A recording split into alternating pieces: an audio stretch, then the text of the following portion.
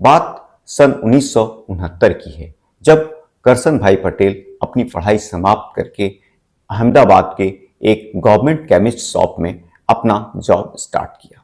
उनकी सैलरी उतनी अच्छी नहीं थी, जिससे उनका घर अच्छी तरह से नहीं चल रहा था। इससे परेशान होकर के वो एक साइड इनकम या सेकेंड इनकम जनरेट करने के लिए एक वो बिजनेस स्टार्ट करना चाहते थे। चूंकि वो एक फार्मेसी ग्रेजुएट थे, इसलिए उन्हें केमिकल्स की अच्छी जानकारी थी। उन्होंने कॉस्टिक सोडा लिया और कुछ केमिकल्स मिला के एक एक्सपेरिमेंट करना शुरू किया। मकसद था एक डिटर्जेंट पाउडर बनाना। काफी मेहनत और मशक्कत के बाद उन्होंने एक डिटर्जेंट पाउडर इजाद करने में सफलता पाई। इस डिटर्जेंट पाउडर को उन्होंने निरमा नाम रखा, जो कि उनकी बेटी निरुपमा के नाम पे था। इस डिटर्जेंट पाउडर का प्राइस उन्होंने ₹3.5 या ₹3.50 पर केजी रखा। उन्होंने इसे घर में ही पैकिंग करके डोर टू डोर सेलिंग करना शुरू किया। उन दिनों सर्फ डिटर्जेंट मार्केट का या डिटर्जेंट पाउडर मार्केट का लीडर हुआ करता था। सर्फ चूंकि हार्ड स्ट्रेंथ में बहुत टफ था, लेकिन उसका प्राइस ₹15 पर केजी था। यह बहुत महंगा था, जो उस वक्त के मिडिल क्लास या लोअर मिडिल क्लास को अफोर्डेबल नहीं था। उस वक्त कपड़ा धोने के लिए या कपड़ा साफ करने के लिए मिडिल क्लास या लोअर मिडिल क्लास जो कंज्यूमर्स थे, वो लॉन्ड्री सोप का इस्तेमाल करते थे। लॉन्ड्री सोप हार्ड स्ट्रेंथ्स को साफ करने में उतना सक्षम नहीं था, जबकि निरमा हार्ड स्ट्रेंथ्स पे भी बहुत आसानी से काम करता था। जो हार्ड स्ट्रेंथ्स या जिद्दी दाग थे, उसे आसानी से साफ कर देता था। इन वजहों से निरमा आसपास के क्षेत्र में बहुत जल्दी मार्केट पकड़ने लगा। कुछ ही महीनों में करसन भाई दिन के 200 किलो निरमा पाउडर बेचना शुरू कर दिया। बढ़ती हुई डिमांड को देख करके उन्होंने अहमदाबाद के बगल में एक सरसपुर में एक अपना शेड लगा के मैन्युफैक्चरिंग प्लांट स्टार्ट किया। इस मैन्युफैक्चरिंग प्लांट में उन्होंने कुछ लेबर रखे और वहीं पे पैकिंग करना शुरू किया। और भी उन्होंने निरमा के जो पैक है उस पे निरमा गर्ल को ऐड किया और उसके पैकिंग को इंप्रूव किया।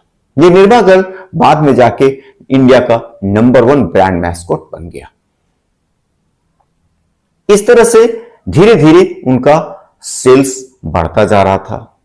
उन दिनों अहमदाबाद में 2000 रिटेल स्टोर हुआ करते थे, बट चूंकि निरमा जो ब्रांड है वो नया था, इसलिए रिटेलर्स निरमा ब्रांड नहीं बेचना चाहते थे या हेजिटेट कर रहे थे। इससे काउंटर करने के लिए करसन भाई ने एक बहुत ही इनोवेटिव आइडिया लगाया। उन्होंने कुछ फीमेल्स को हायर किया और अहमदाबाद के रिटेल स्टोर्स में जाके निरमा पाउडर डिमांड करने के लिए उन्हें कहा। लेडीज जो थी वो जाकर के भिन्न भिन्न क्षेत्रों में रिटेल स्टोर्स में निरमा पाउडर का डिमांड करने लगी। इस डिमांड को देखते हुए रिटेलर्स ने सोचा कि अगर मैं निरमा पाउडर नहीं रखता हूं तो मुझे घाटा होगा। इस प्रकार उन्होंने अपने रिटेल स्टोर्स में निरमा पाउडर रखना शुरू किया और बेचना शुरू किया। धीरे धीरे अहमदाबाद और आसपास के क्षेत्रों में Nirma powder number 1 selling brand बनने लगा। अब बारी थी समूचे गुजरात में फैलने की। करसन भाई एक चीज का बहुत खास करके ध्यान रखना चाहते थे, वो था प्राइस लीडरशिप।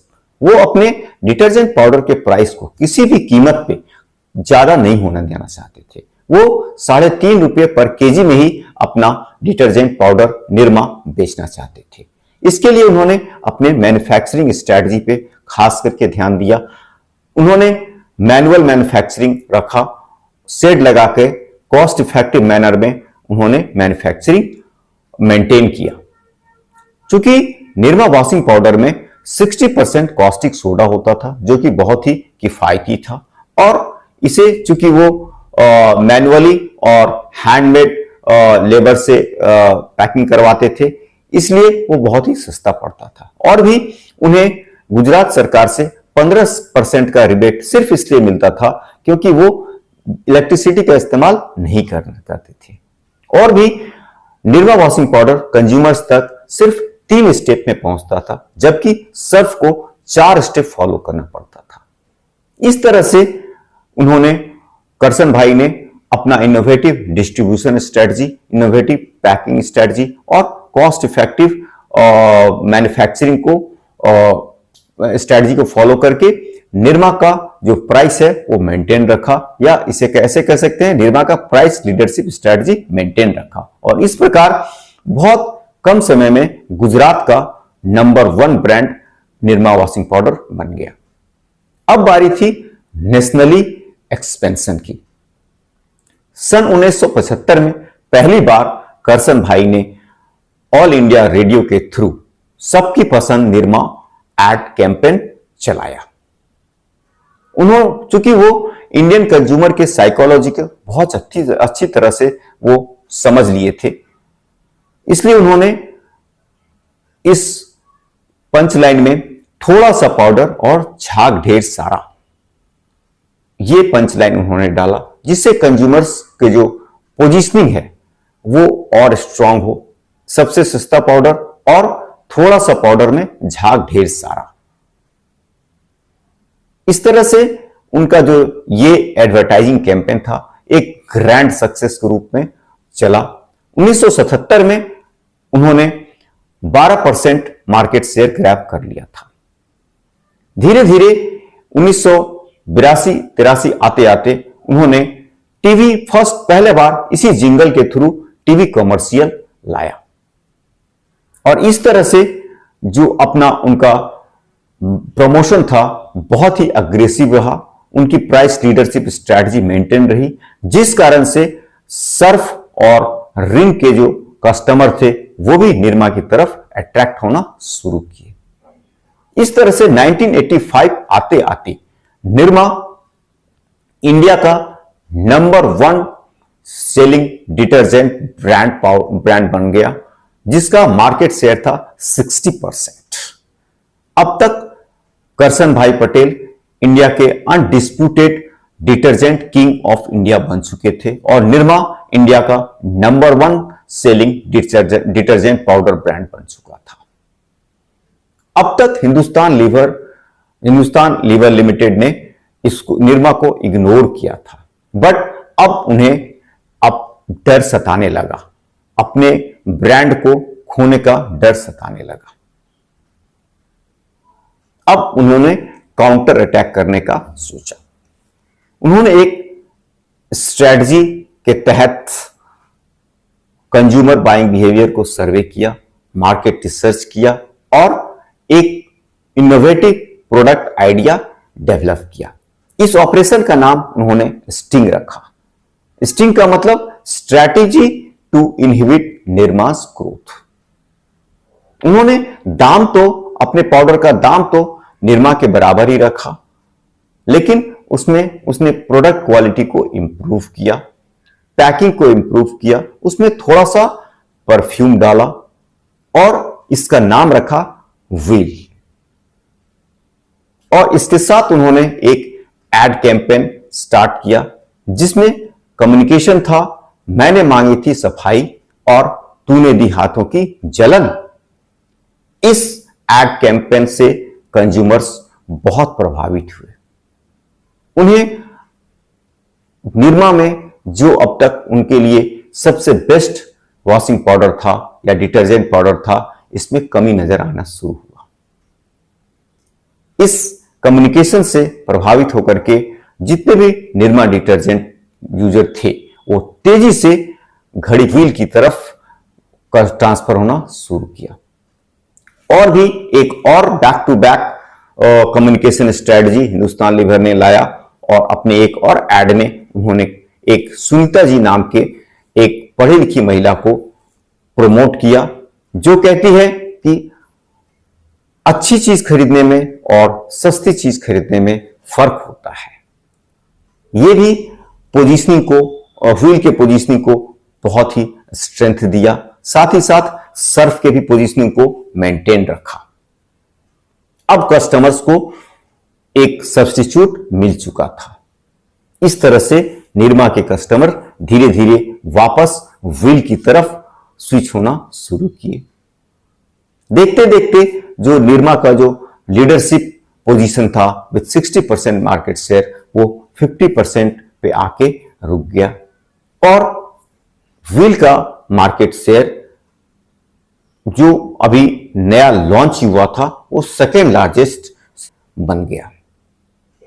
ये जो डिटर्जेंट पाउडर का मार्केट बढ़ रहा था, इसको ध्यान में रखते हुए कानपुर के दो भाई मुरलीधर और विमल कुमार ने एक नया ब्रांड घड़ी डिटर्जेंट पाउडर के नाम से लॉन्च किया। क्वालिटी डेफिनेटली उससे बेटर था और घड़ी डिटर्जेंट पाउडर के प्राइस को मेंटेन करने के लिए डिस्ट्रीब्यूशन स्ट्रेटजी को जो विमल कुमार और मुरलीधर थे उन्होंने हर 200 किलोमीटर पे एक मैन्युफैक्चरिंग प्लांट या डिपो मेंटेन किया।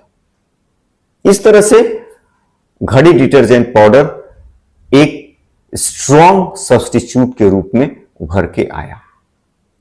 घड़ी डिटर्जेंट पाउडर का दाम निरमा के दाम से 10% ज्यादा था। ये 10% विमल कुमार ने डिस्ट्रीब्यूटर और रिटेलर को एक्स्ट्रा कमीशन देने में लगाया, जिससे प्रभावित होकर के डिस्ट्रीब्यूटर और रिटेलर्स घड़ी डिटर्जेंट पाउडर को कस्टमर्स को और एग्रेसिवली प्रमोट करने लगे या पुश करने लगे।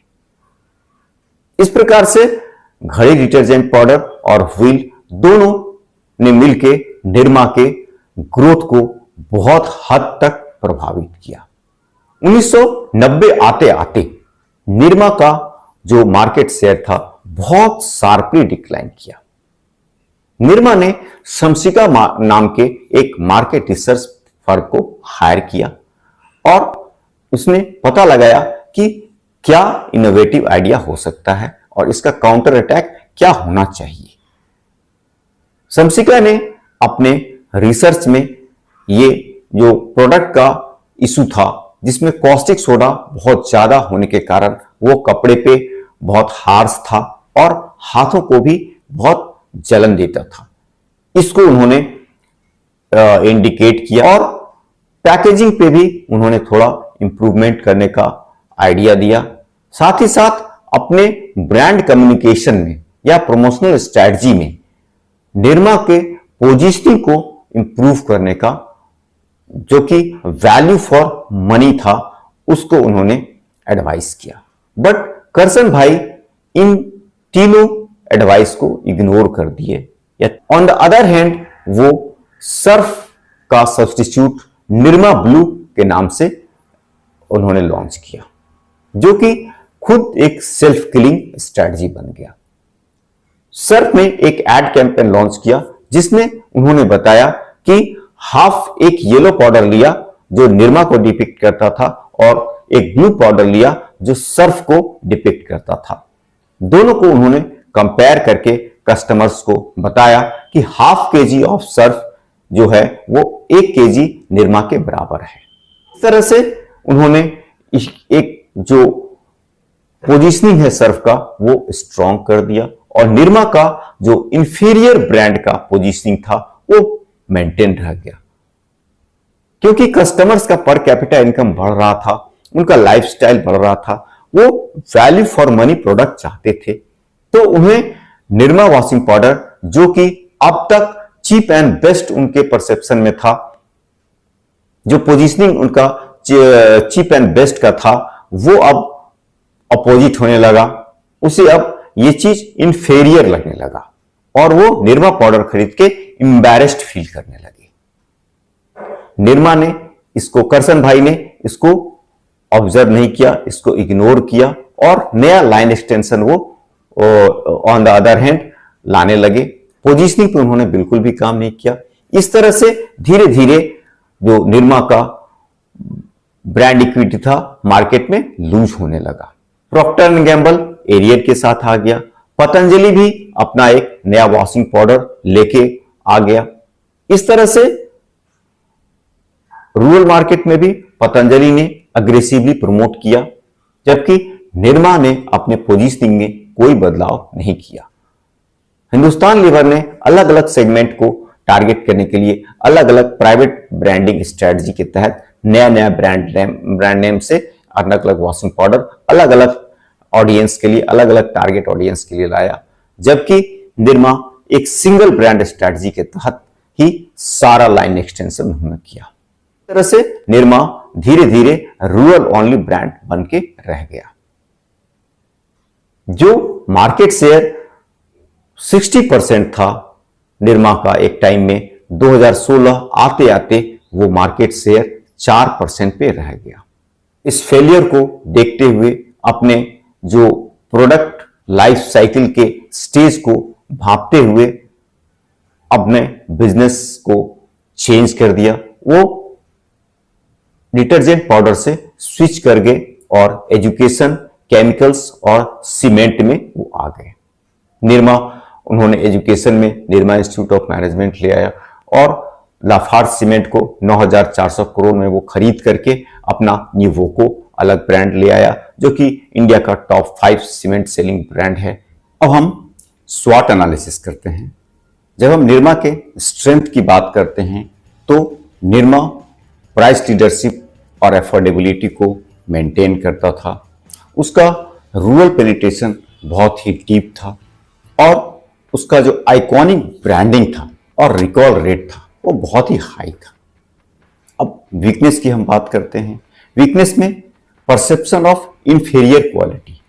डाउन द लाइन टाइम के साथ उसका जो परसेप्शन था वो इंफीरियर क्वालिटी के नाम से और इंफीरियर ब्रांड के नाम से वो पोजीशनिंग लेने लगा, specially among urban customers. Lack of premium variants, उसके पास प्रीमियम वेरिएंट्स नहीं थे, वो हमेशा लो एंड में ही निरमा ने काम किया। Slow innovation in product format and branding, उनका जो इनोवेशन था वो बहुत ही स्लो था। हालांकि बाद में उन्होंने लाइन एक्सटेंशन किया, लेकिन उनका जो इनोवेशन था वो बहुत ही स्लो था। अपॉर्चुनिटीज की बात करते हैं तो उनके पास एक अच्छा खासा रूरल एफएमसीजी मार्केट था। डायरेक्ट टू कस्टमर चैनल जब उनका था वो स्ट्रेंथ हमेशा बना रहा। तो 3 स्टेप में जो उनका डिस्ट्रीब्यूशन था वो हमेशा उनके पास एक अपॉर्चुनिटी था। उसके बाद रिपोजिशनिंग इनटू प्रीमियम सेगमेंट्स, वो अपने ब्रांड को रिपोजिशनिंग करके प्रीमियम सेगमेंट में भी अपना स्थान बना सकते थे। ये उनके पास अपॉर्चुनिटीज थी। अब हम थ्रेट्स की बात करते हैं तो intense competition down the line, जो सर्फ ने व्हील लॉन्च किया, फिर घड़ी लॉन्च हुआ, फिर एरियल आया, उसके बाद पतंजलि ने लॉन्च कर दिया अपना प्रोडक्ट। तो इस तरह से उनको अच्छा खासा कंपटीशन मिला अदर ब्रांड से। ये उनके लिए बहुत बड़ा थ्रेट का काम किया। उसके बाद कंज्यूमर का जो प्रेफरेंस था वो इवॉल्व हो रहा था, वो चेंज हो रहा था। जिस तरह से पर कैपिटा इनकम इंप्रूव हो रहा था, इंक्रीज हो रहा था इंडिया का और कंज्यूमर्स का, उसके हिसाब से कंज्यूमर का प्रेफरेंस भी चेंज हो रहा था। ये उनके लिए बहुत ही बड़ा डाउनफॉल का वजह बना। तीसरा, brand fatigue due to outdated marketing strategy. एक ही पोजीशनिंग मेंटेन करते करते एक ही एड के साथ कंटिन्यू करने की वजह से उन्होंने जो अपने ब्रांड मैनेजमेंट में चेंजेस नहीं लाया, ब्रांड मैनेजमेंट में इनोवेशन नहीं लाया, कंज्यूमर के प्रेफरेंस के साथ उनके जो परसेप्शन है, मोटिवेशन है, उनका जो नीड्स एंड वांट्स है, उसके साथ अपने ब्रांड कम्युनिकेशंस के थ्रू पोजीशनिंग को उन्होंने प्रॉपर मेंटेन नहीं रखा, जो उनके डाउनफॉल का कारण बना। निरमा की स्टोरी से हम ये लर्न करते हैं कि डिसरप्टिव प्राइसिंग जो है वो न्यू मार्केट ओपन करता है। अगर आपका प्राइसिंग स्ट्रेटजी प्रॉपर रहेगा तो आप नए मार्केट्स में बहुत इजीली एंटर कर सकते हो। Emotional branding create strong consumer bonds. जो इमोशनल अपील होता है वो ब्रांडिंग में एक बहुत बड़ा वैल्यू ऐड करता है और कंज्यूमर के साथ अच्छा खासा बॉन्डिंग डेवलप करता है। उसके बाद innovation is essential to sustain leadership. आपको टाइम के साथ इनोवेशन करना पड़ेगा। If you are maintaining the strategy to innovate regularly to meet the changing consumers demand, अगर कंज्यूमर्स के चेंजिंग प्रेफरेंस के साथ साथ अगर अपना प्रोडक्ट्स में, अपना मार्केटिंग स्ट्रेटजीज में आप इनोवेशन ला रहे हैं तो आप सस्टेन कर सकते हैं। फिर है brand must evolve with changing consumer taste. Brand को कंज्यूमर के टेस्ट के साथ इवॉल्व करना ही पड़ेगा, आपको रिपोजिशनिंग करना पड़ेगा, ब्रांड इमेज को हमेशा आपको डेवलप करना पड़ेगा। और diversification can revive A declining business. ये जो हमने लास्ट में देखा, वो जब डिक्लाइन स्टेज को उन्होंने बहुत जल्दी बहुत सही समय पर उन्होंने ऑब्जर्व किया और वो डाइवेस्ट करते हुए, डिटर्जेंट मार्केट से डाइवेस्ट करते हुए और अपने सीमेंट, एजुकेशन और केमिकल के बिजनेस में से उन्होंने फोरे किया, उन्होंने जो एंट्री लिया। उस वक्त इंफ्रास्ट्रक्चर बहुत ही ग्रोइंग मार्केट था। इंफ्रास्ट्रक्चर सेक्टर का 2016-17 में अच्छा खासा ग्रोथ हो रहा था, अगर 50% अक्रॉस इंडिया। तो उन्होंने जो इस तरह सीमेंट सेक्टर में लॉन्च किया अपना बिजनेस, ये उनके लिए बहुत ही सक्सेसफुल स्ट्रेटजी रहा। इस तरह से हमने निरमा के डाउनफॉल, राइज एंड फॉल का स्टोरी हमने देखा।